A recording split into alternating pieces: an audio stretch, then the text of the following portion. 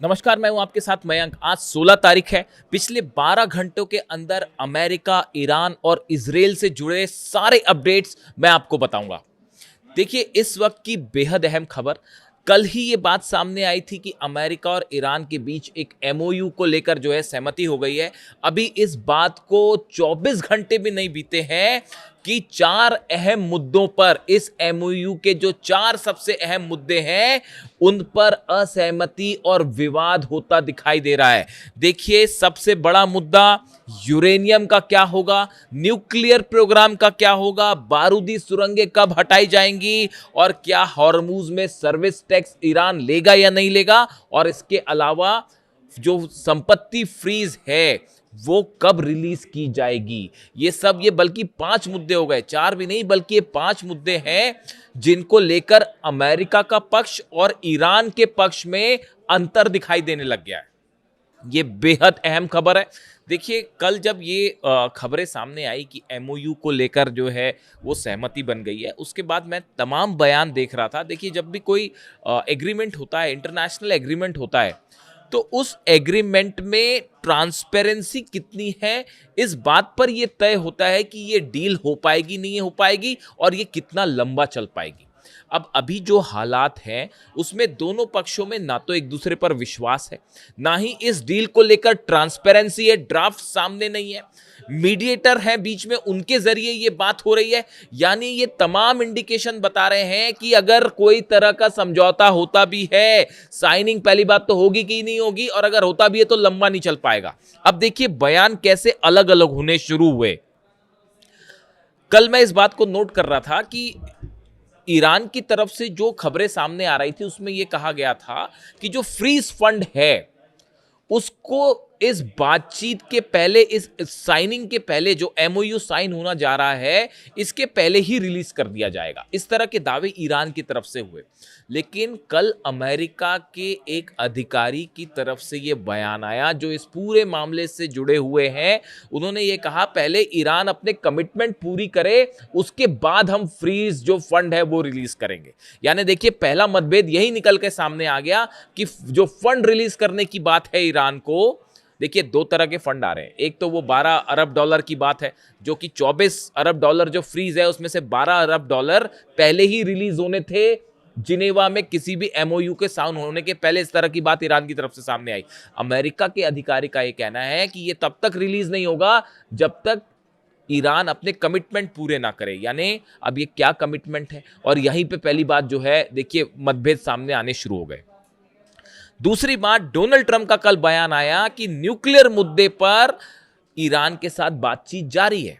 यह बयान था डोनाल्ड ट्रंप का कि ईरान से परमाणु मुद्दे पर बातचीत जारी है। जबकि ईरान ने क्या कहा कि जो एमओयू है उसके तहत यह तय हुआ है कि जो 60 दिन का वक्त होगा बाद में, वो उसमें मतलब अंतिम चरण में जो है वो इस परमाणु मुद्दे पर बात होगी। यानी डोनाल्ड ट्रंप का यह कहना कि मुद्दे पर बात हो रही है, परमाणु मुद्दे पर, और ईरान का यह कहना कि इसमें बाद में बात होगी। यहां पे दोनों के विचारों में मतभेद है। सच एक ही तरफ हो सकता है, दोनों तरफ नहीं हो सकता। यानी इस बात से बात साफ हो रही है कि न्यूक्लियर मुद्दे पर क्लैरिटी नहीं है। इसके अलावा देखिए, यूरेनियम को लेकर जो 60% यूरेनियम है जो कि एनरिच्ड हो चुका है, जो 60% तक एनरिच्ड यूरेनियम है ईरान का 450 किलो, इस यूरेनियम का क्या होगा, इसको लेकर कोई साफ बात एमओयू पे नहीं है। यानी जिस चीज को लेकर जंग होती है, जिस चीज को लेकर इतना बड़ा जो है जंग हुई, तमाम चीजें हुई, वो उस यूरेनियम 450 किलो यूरेनियम जो कि 60% एनरिच्ड है, वो इस समय बताया जा रहा है कि इस्फहान में संभवतः जो है न्यूक्लियर प्लांट है उसके नीचे है। और खबरें इस तरह भी हैं कि उसके आसपास बारूदी सुरंगें बिछा दी हैं ईरान ने, और अब तो उसमें एंट्री भी नहीं हो सकती, और वो जो टनल थी उसका मुंह भी जो है बंद कर दिया गया है। यानी उसको एक सील पैक बारूदी सुरंग बना दिया गया है। अब वहां पर आसपास जाना संभव नहीं है। तो अभी तक ये इस एमओयू में ये बात साफ नहीं कि ईरान के इस यूरेनियम का क्या होगा। ईरान का कहना है कि उसमें बाद में बात होगी, जबकि अमेरिका की तरफ से इस तरह के इंडिकेशन बार बार डोनाल्ड ट्रंप दे रहे हैं कि वो ईरान का वो यूरेनियम जो है क्या उसको डाइल्यूट किया जाएगा, क्या उसको लिया जाएगा, ये तमाम चीजें ऐसी हैं जिसको लेकर कोई साफ स्थिति अभी तक नहीं है। कैसे अगर उसको आप डाइल्यूट भी करेंगे तो उसे कैसे खोजा जाएगा, कौन उसको निकालेगा, ये तमाम चीजें हैं। यानी आप कहने का मतलब है ये जो डील है बहुत ही सुपरफिशियल, बड़ी उथली डील है साहब। इसमें जो कंडीशंस हैं वो बड़ी उथली कंडीशंस हैं, और इतनी बड़ी जंग और इतने बड़े बड़े मुद्दों को इतने छोटे से एमओयू के तहत जो है अगर आप लेके आगे बढ़ते हैं तो ये टूटना तय है। अभी वो नेतन्याहू और बेनग्विर की तो बात ही नहीं हो रही, वो इजराइल के हमलों की अलग से बात करते हैं। तो देखिए ना, यूरेनियम के मुद्दे पे क्लैरिटी है, न्यूक्लियर प्रोग्राम को लेकर भी क्लैरिटी नहीं है। डोनाल्ड ट्रंप कुछ कह रहे हैं, ईरान कुछ कह रहा है, यूरेनियम के मुद्दे पे क्लैरिटी नहीं है। ये जो पैसा रिलीज किया जाएगा ये पहले किया जाएगा, जिनेवा में बातचीत की या बात किया जाएगा, ये भी साफ नहीं हो रहा है। इसको लेके अलग अलग राय सामने आ रही है, मतलब ईरान और अमेरिका की। अब उसके बाद देखिए दूसरा बड़ा, तीसरा, चौथा बड़ा मुद्दा जो बारूदी सुरंगें हैं, मैं बार बार आपसे कह रहा हूं ये बारूदी सुरंगें बेहद अहम मुद्दा है। हॉर्मूज में हॉर्मूज खुलेगा तय हो गया, ठीक है जी। अमेरिका ने कहा हम अपने जहाज हटा रहे हैं, वो जहाज हटा ले, जहाज पीछे हटते हैं और कभी भी लाए भी जा सकते हैं, उसमें 2-3 दिन से ज़्यादा वक्त नहीं लगेगा। वो जहाज अपने पीछे खड़े करके खड़ा कर देगा कहीं पे, अपने किसी पे आसपास के किसी भी अपने अड्डे पे खड़े कर देंगे। वो वापस भेजने में कितना टाइम लगता है। बारूदी सुरंग कब से हटाई जाएंगी इसको लेकर भी कोई टाइमिंग तय नहीं है। देखिए बारूदी सुरंग हटाई जाएंगी, डोनाल्ड ट्रंप जिक्र कर रहे हैं, ये बारूदी सुरंग हटाना लंबा काम है। ये कोई ऐसी चीज नहीं है कि बस समंदर में मछली नहीं पकड़ रहे हैं आपकी, आपने जो है फिशिंग करी, कांटा डाला और वो पकड़ ली फिश और लेके चल पड़े। साहब बारूदी सुरंग हटाना वहां से एक लॉन्ग प्रोसेस होगा, कम से कम मेरी समझ के मुताबिक 6 महीने लगेंगे इसको। अगर प्रॉपर तरीके से सब बारूदी सुरंगें हटाई जाएंगी 6 महीने लगेंगे। ये प्रोसेस कब शुरू होगी? ईरान की तरफ से जो टाइमिंग आ रही है कि पहले डील होगी, उसके बाद लेटर स्टेज पे जब न्यूक्लियर प्रोग्राम पर बात होगी, यूरेनियम पर बात होगी, वो जो 60 दिन का टाइम दिया गया है, उस दौरान ये बारूदी सुरंग हटाने का प्रोसेस शुरू होगा। जबकि अमेरिकन दावे क्या कह रहे हैं, जो अमेरिकन अधिकारियों की तरफ से अलग अलग बयान आ रहे हैं न्यूज एजेंसीज में, वो ये कह रहे हैं कि फौरन बारूदी सुरंग हटाने का काम शुरू हो जाएगा। कौन करेगा, कैसे करेगा, ईरान करेगा, ये भी अभी साफ नहीं है। ये इंफ्रास्ट्रक्चर इतना आसान नहीं है, बारूदी सुरंग ईरान के लिए भी आसान नहीं है। वो बिछाने के बाद उसको निकालना आसान नहीं होता, वो अपनी लोकेशन बदलती रहती है, समुद्र के बहाव के साथ वो आगे पीछे होती रहती। उन्हें खोजना, उन्हें निकालना आसान प्रोसीजर नहीं है। तो वो भी तय नहीं है, ना प्रोसेस तय है, कब निकाला जाएगा ये भी तय नहीं है। कहने का मतलब ये है कि ये जो डील है साहब, ये बहुत ही ज़्यादा अभी सुपरफिशियल लेवल पे है, इसमें कुछ भी पुख्ता नहीं है, और ये कब इधर उधर हो जाए कोई भरोसा नहीं है। इसके अलावा देखिए एक और मुद्दा है, अहम मुद्दा, हॉर्मुज से जुड़ा हुआ। जो इंडिकेशंस आ रहे हैं, डोनाल्ड ट्रंप का ये कहना है कि हॉर्मुज अब सबके लिए खुल जाएगा, वहां कोई टैक्स नहीं लिया जाएगा। जबकि ईरान की तरफ से जो वर्जन सामने आ रहे हैं उसमें यह कहा जा रहा है कि एक सर्विस टैक्स ईरान वहां से वसूल करेगा। ये ऐसे तमाम मुद्दे हैं, 5 बड़े मुद्दे जो सबसे अहम मुद्दे हैं, उनको लेकर ही साफ साफ क्लैरिटी इस डील में नहीं है। और ये बता रहा है कि ये ट्रांसपेरेंसी का ना होना, ये डील कितनी लंबी चल पाएगी, कितनी टिकाऊ हो पाएगी, इसकी कोई गारंटी नहीं है। यानी 24 घंटे के अंदर ही मामला पलटता दिख रहा है। और देखिए ये जो बात है, खास तौर पर जो अधिकारी की तरफ से कहा गया, अमेरिका की अधिकारी की तरफ से कुछ न्यूज़ एजेंसीज ने अमेरिका की कहा कि साहब ये जो पैसे देने वाली बात है, फ्रीज संपत्ति देने वाली बात है, ये पहले रिलीज की जाएगी या बाद में रिलीज की जाएगी, अभी इसको लेकर भी जो है वो मामला खटपट में है। यानी ये तो बड़ी बेसिक बातें थी जिसमें क्लैरिटी होनी चाहिए। फिर चर्चा किस बात की, फिर डील किस बात की, फिर एमओयू किस बात का, जिसमें अंडरस्टैंडिंग ही नहीं है, फिर वो काय का एमओयू, उसको फिर मेमोरेंडम ऑफ मिसअंडरस्टैंडिंग कहना चाहिए अंडरस्टैंडिंग की जगह। तो देखिए बड़ी बेसिक बातें हैं, इसको मैं कल माइन्यूटली फॉलो कर रहा था कि कौन क्या बयान देता है। इस सबके सब बयानों में अंतर्द्वंद है, अलग अलग बयान है ये, इसलिए ये बता रहा है कि मामला कोई ज़्यादा मजबूत मामला नहीं है। अब दूसरी तरफ आप इजराइल की हालत देखिए, नबातिये में हमला हुआ है, अल्फॉक में हमला हुआ है, कफ्र में हल्का हुआ है, जंतार में हमला हुआ है, मरकबा में, खियाम में बमबारी की है इजराइल की सेना ने। इजराइल की तरफ से साफ कह दिया गया है कि दक्षिण लेबनान में जो हमारा ऑपरेशन है वो चलता रहेगा, ये बात इजराइल की तरफ से कही गई। इजराइल का ये भी कहना है कि जो ज़मीन हमने कब्जा कर रखी है, चाहे वो सीरिया में हो चाहे लेबनान में हो, हम उस ज़मीन को वापस नहीं देंगे। बेन ग्विर जो मंत्री हैं उन्होंने कहा है कि ट्रंप अपना डील करते रहे। इसराइल के जो मंत्री हैं बेन ग्विर, उनकी तरफ से बयान आया है कि ट्रंप अपना जो फैसले लेते हैं वो हमारे ऊपर बाध्य नहीं है, हम कोई बनाना रिपब्लिक नहीं है, हम आपकी बात नहीं मानेंगे। तो इसराइल ने सीधा सीधा ट्रंप की बात मानने से मना कर दिया है। बेनी गेट्स जो हैं इसराइल के प्रमुख राजनेता और सैन्य जनरल हैं, वह इसराइल के नेशनल यूनिटी पार्टी के अध्यक्ष हैं और देश की राजनीति में प्रमुख सुरक्षा विशेषज्ञ और राजनेता माने जाते हैं। उनकी तरफ से भी यही बात कह दी गई है कि किसी भी सूरत में जो है वो इसराइल को पीछे नहीं हटना चाहिए, खासतौर पर लेबनान से, और हिजबुल्लाह पर जो हमले हैं वो नहीं रुकने चाहिए, वो जारी रहने चाहिए।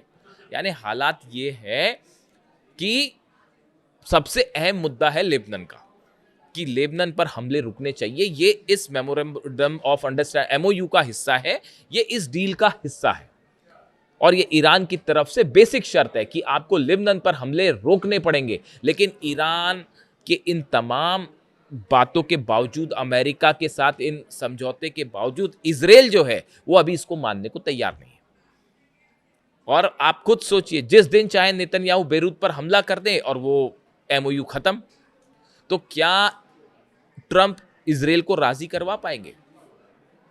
अभी तो हालात ऐसे नहीं दिख रहे। जो तेवर नेतन्याहू के हैं वो फिलहाल ऐसे नहीं दिख रहे। खबरें तो यहाँ भी है कि ग्लाइफोसे केमिकल जो है उसका भी इस्तेमाल किया है। एक केमिकल है जिसका इस्तेमाल इजराइल की सेना लेबनान में कर रही है, दक्षिणी लेबनान में किया गया है, जिससे पूरे की पूरी ज़मीन जो है वो बंजर हो जाती है, वहाँ फसल नहीं उग पाती।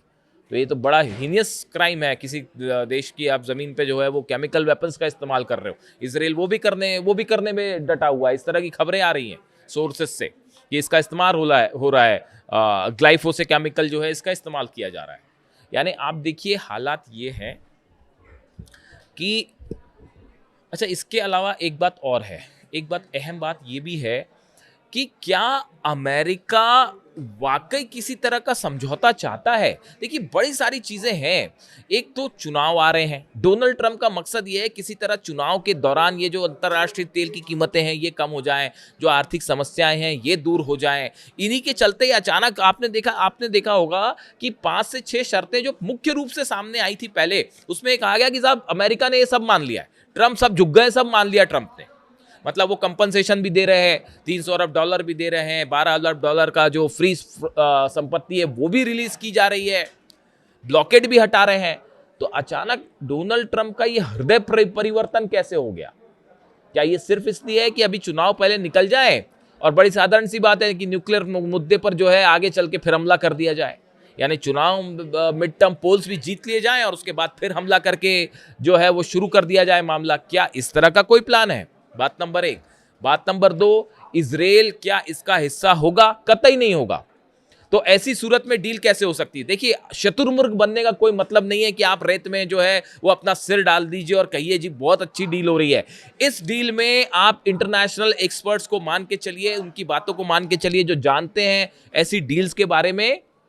सबका यही कहना है कि इस डील में कुछ भी ट्रांसपेरेंट नहीं है, इसमें कुछ भी विश्वास करने लायक फिलहाल नहीं है, और ये डील लंबी टिकेगी या नहीं टिकेगी इसके बारे में कोई गारंटी नहीं है। वर्ल्ड कप खत्म होगा, फुटबॉल, उसके बाद क्या हमले हो जाएंगे नहीं हो जाएंगे कोई गारंटी नहीं है। मिड टर्म पोल्स खत्म होंगे डोनाल्ड ट्रंप के, अगर वो फिर से बहुमत हासिल कर लेते हैं उसके बाद क्या फिर से हमले हो जाएंगे?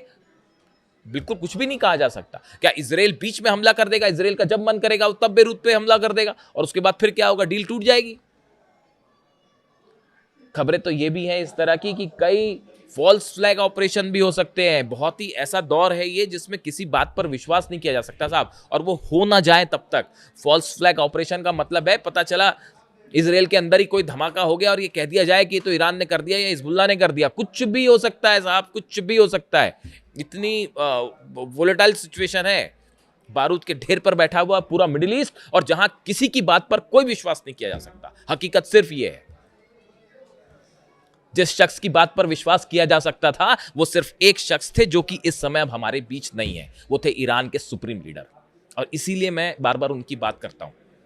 इस पूरी काजल की कोठरी है साहब, इसमें कोई भी आदमी जो है वो सफेद नहीं है। सिर्फ एक शख्स थे ऐसे, ईरान के सुप्रीम लीडर अली खामनेई साहब, जिनकी बातों में विश्वास किया जा सकता था, जो कहते थे वही करते थे। इसीलिए मैंने वीडियो बनाया था कि ईमान के सच्चे और जुबान के पक्के। इसीलिए अली खामेनी साहब बाकी इन नेताओं से बिल्कुल अलग थे। वो पॉलिटिशियन नहीं थे और उनकी तुलना आज के दौर में, मैं कभी कभी सोचता हूं कि आज के दौर में अगर आप पिछले 100 साल की बात करें तो अगर मुझे रेट करना होगा तो सबसे बड़े नेताओं में, सबसे प्रभावशाली नेताओं में गिनती करूंगा मैं अली खामेनी साहब की। और ये कहने में मुझे कोई झिझक नहीं है। डंके की चोट पे बात कहने की हिम्मत रखता हूं।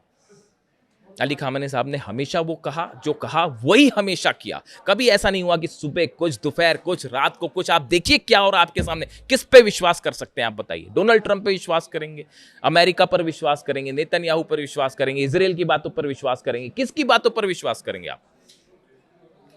ईरान की जनता भी कई बातों से नाराज है। इसको आप, जो सच है वो है। ईरान में देखिए लगातार प्रोटेस्ट है। वो जनता इस बात को स्वीकार ही नहीं कर पा रही है कि ईरान ने डील करना चाहिए। आप उनके सुप्रीम लीडर को शहीद कर देंगे और उसके बाद कहेंगे कि साहब डील करना है, तो जनता को ये बात डाइजेस्ट ही नहीं हो पा रही। वो इस बात को स्वीकार करने के लिए मानसिक रूप पे तैयार ही नहीं है, भले वो डील अच्छी भी क्यों ना हो। भाई ईरान की तरफ से भी डील हो रही है, तो अगर इस तरह की बातें आगे बढ़ी तो कुछ सोच समझ के बढ़ी होगी। ईरान के सिक्योरिटी काउंसिल में तमाम जिम्मेदार नेता हैं जो उसमें शामिल हैं। मुस्तफा खामेनी सुप्रीम लीडर हैं। उनके सबके फैसलों के बाद ही इस तरह की बात आगे बढ़ी होगी और पूरी जिम्मेदारी के साथ आगे बढ़ी। इसमें कोई दो मत नहीं है। लेकिन आप ईरान की जनता की मेंटालिटी देखिए, उनकी मानसिकता समझने की कोशिश करिए। उनके अंदर कितना आक्रोश है। आप देखिए कैसे प्रदर्शन हो रहे हैं और वो डील कहना चाह रहे हैं, आप डील ही मत करिए।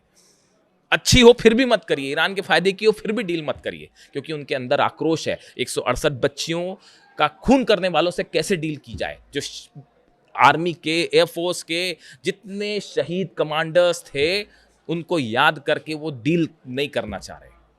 सुप्रीम लीडर का जो खून बहाते हैं, उनके साथ क्या डील की जाए, ये कहना है ईरान की जनता का। आप समझिए उनकी नब्ज समझिए, उनके दिल के दर्द को समझिए, जो ईरान के दिल का दर्द। ईरान डरता नहीं किसी से साहब। जंग होगी तो होगी और लड़ेंगे जितने साल लड़ना है, लड़ने को तैयार है वो।